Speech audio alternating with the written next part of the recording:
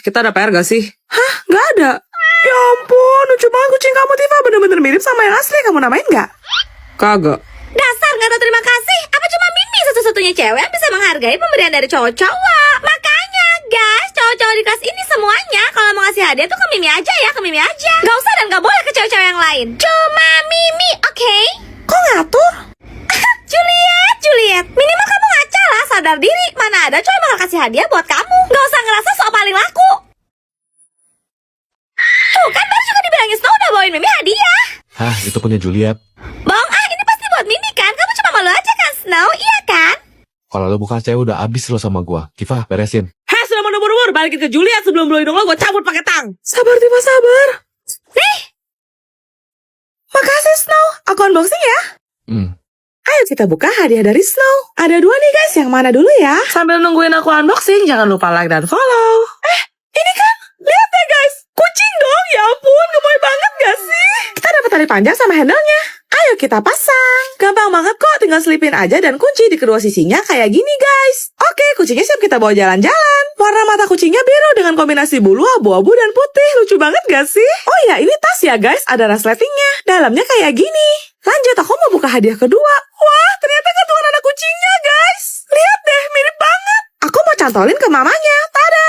Kita namain siapa nih guys? Komen! Guys, lihat. Karena Kak Mecin suka banget pakai bando, hal ini Celo mau bikin bando buat Kak Mecin. Macy, M-E-I-S-S-I-E, bukan mecin Celo, astaga. Tipe dikit nggak ngaluh. Serah. Oh iya, yang ngefans sama Kak Messi kayak Celo, jangan lupa absen di kolom komen ya. Langsung aja kita let's go.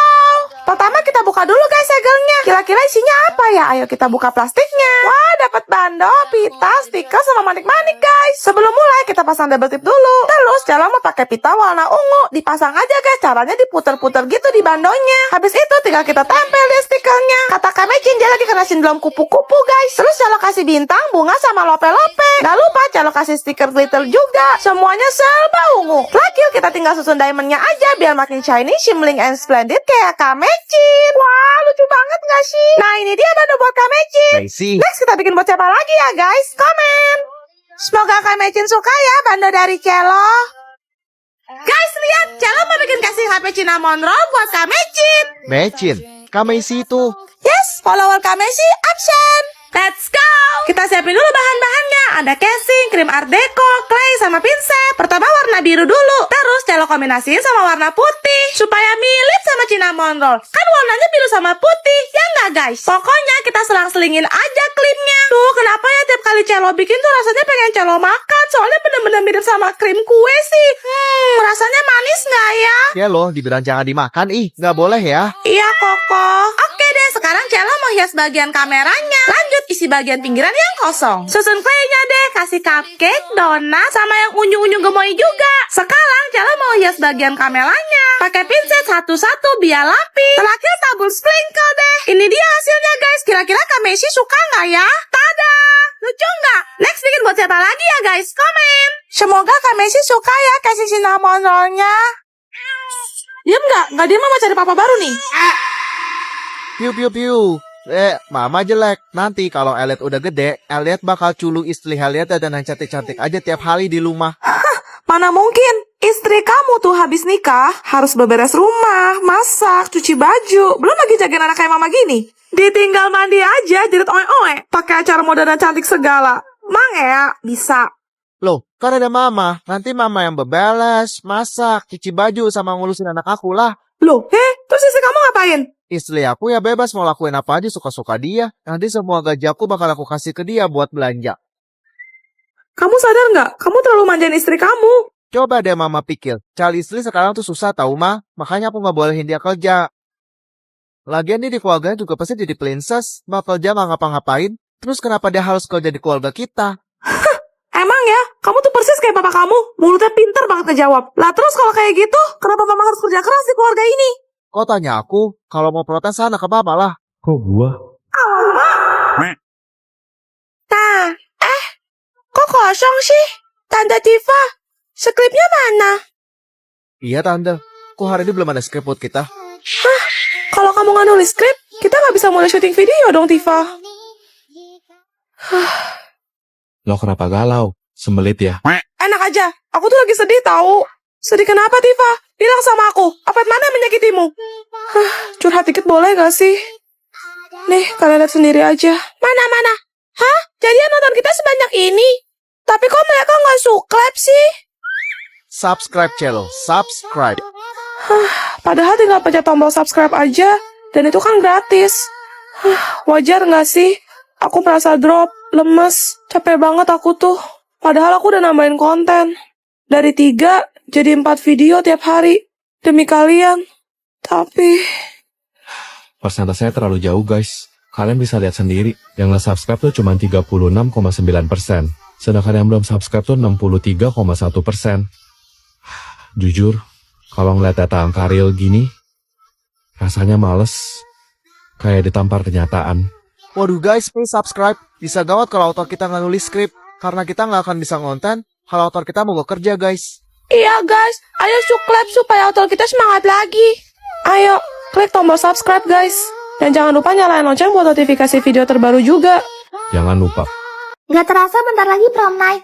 Kok baju apa nanti, Ser? Gak tahu, terserah. Aku gak pernah ikut acara ginian, Bamon. Kalau ke undangan pun paling aku pakai baju mamaku aja. Nah tuh, bisa lah tuh kau pinjam baju mamamu buat prom night. Banyak aja kan dress mamamu. Mana pernah kami pakai dress? Loh terus, itu ke undangan pakai apa? Pakai jas. Lah, jadi gimana, Ser? Ya nggak tahu. Kau mending ikut aku aja deh cari baju. Nanti ku jemput pokoknya. Wah, boleh tuh. Kapan? Besok sore lah ya. Ma, aku mau jalan sama Monica dulu ya. Mau kemana? Ke toko baju, beli baju buat prom night. Ya ampun, anakku mau beli baju. Pa, lihat, anak kita mau beli baju. Nih. Beli yang banyak, yang cantik-cantik ya. Ya, guys, kita berburu baju. Ya, sebenarnya aku kurang ngerti. Jadi, mohon bantuannya yang mulia Kanjeng Tuan Putri Monica. Kanan atau kiri yang bagus? Ini kita mau prom night atau hadir acara awards ya? Kayak heboh banget, heran. Cepat. Kanan atau kiri? Kayaknya kanan sih. Enggak, kiri yang bagus. Kalau gitu kok ngapain tanya aku, Mon? Nah, ini bagus buat kau.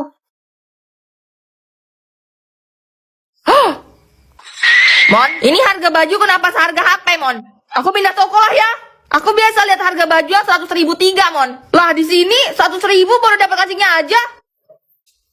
Ini tokoku khusus untuk kau, ku kasih diskon 90%. Toko bapakmu kan? Kalau udah diwarisin kan jadi punya aku.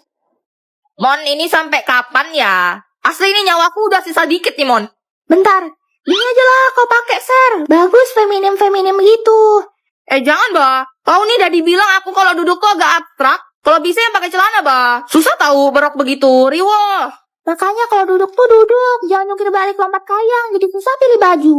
Udah laku ini aja. Mana coba lihat. Oh, kau gabungin 2 baju ya? Wah, boleh juga. Kalau sepatu udah ada kah? Kau biasa pakai sepatu heels nggak? Aku kan udah biasa main engrang tuh. Heels sama engrang juga masih tinggian engrang. Berarti gampang aja batu pakai heels kan? Pelajaran kita sudah selesai, apa ada pertanyaan? Bu, tahu Thomas gak? Temannya Jerry. Ih, bukan, itu kartun kereta lucu tahu. Kalian tahu nggak?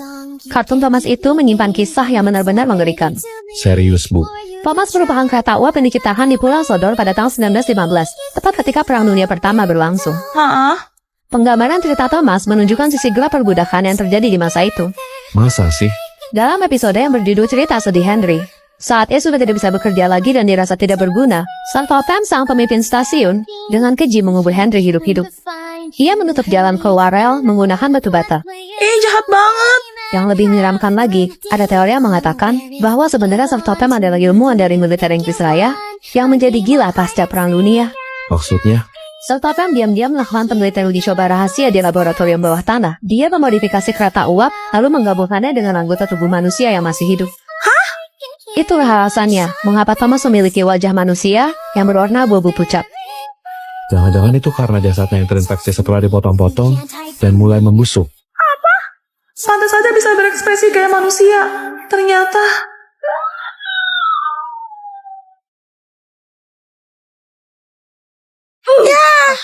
Celo, kamu suka main Roblox ya? Banget, Celo biasa main Blockhaven sama Kia. Rumah kita tetanggaan loh. Hati-hati. Hah, kenapa woi? Nggak usah nakut-nakutin lah. Kalian pasti nggak tahu cerita tentang sisi gelap dari Roblox Brookhaven kan? Enggak, emangnya ada ya? Waktu itu lagi liburan musim panas, ada seorang anak kecil berusia 8 tahun yang merasa bosan di rumah, jadi dia download Roblox. Terus? Dia memutuskan untuk main Brookhaven dan masuk ke salah satu server. Tapi pas dia keliling, kok sepi, kayak cuma dia satu-satunya pemain di sana. Akhirnya dia menjelajah eksplor jauhan, sampailah dia ke hutan. Di sana, dia nemuin 5 orang pemain yang semuanya berwarna hitam. Mereka mengelilingi api unggun, kayak lagi ritual gitu. Disamperinlah sama dia, buat nyapa ngajak main, tapi dia malah diusir. Mereka bilang, Pergilah sama kau masih bisa. Waduh, anak itu bercanda, kalian lagi cosplay penyihir ya? Tapi tiba-tiba koneksinya terputus dan dia langsung keluar dari game. Kok bisa? Anak itu juga mendadak mendapat pesan pop-up dari iPad-nya yang berbunyi, Kami sudah memperingatkan. saat dia mencari tahu, salah seorang di forum bilang, kalau itu adalah sekte berbahaya. Dia disuruh meninggalkan iPad-nya dan segera pergi dari rumah itu sekarang juga, kalau ia ingin selamat. Patung. Anak itu pun ke rumah neneknya. Besoknya, ia mendapatkan kabar bahwa ayah dan ibunya sedang berada di kantor polisi. Karena mereka menyaksikan ada seorang anak berusia 8 tahun yang sedang diculik oleh sekelompok orang berpakaian hitam di sekitar area rumah mereka. Apa? Akhirnya kelar juga laporan kerja kelompoknya. Pegel banget. Maaf ya Cia, sampai malam gini. Kalau enggak, nanti aku minta tolong mamaku deh buat laporin mama kamu supaya kamu dijadiin nginep di rumah Celo. Pada lapar gak sih? Nasi goreng datang. Giliran tugasnya udah kelar aja bernongol lu. Ye, lu gak mau nih? Ngomong-ngomong nasi goreng, kalian tahu cerita tentang rumah Pondok Indah gak? Kalau nggak salah gosipnya ada penjual nasi goreng tek-tek yang hilang di rumah itu bukan? Hah? Serius? Gerobaknya ditinggal gitu? Mitosnya sih malam itu ada cewek yang mesen, tapi pas abang yang ngantar masuk ke dalam rumah, abangnya nggak pernah keluar lagi. Ada yang bilang rumah itu merupakan kerajaan jin, tempat di mana banyak para makhluk gaib tinggal. Kalau tahun 1983, rumah itu sempat dihuni oleh seorang pengusaha berkeluarga negara asing. Namun mereka semua sekeluarga harus tewas secara mengenaskan di tangan perampok. Ya ampun. Menurut desas-desus yang beredar, motifnya adalah persaingan bisnis. Perampokan itu hanyalah kedok untuk menutupi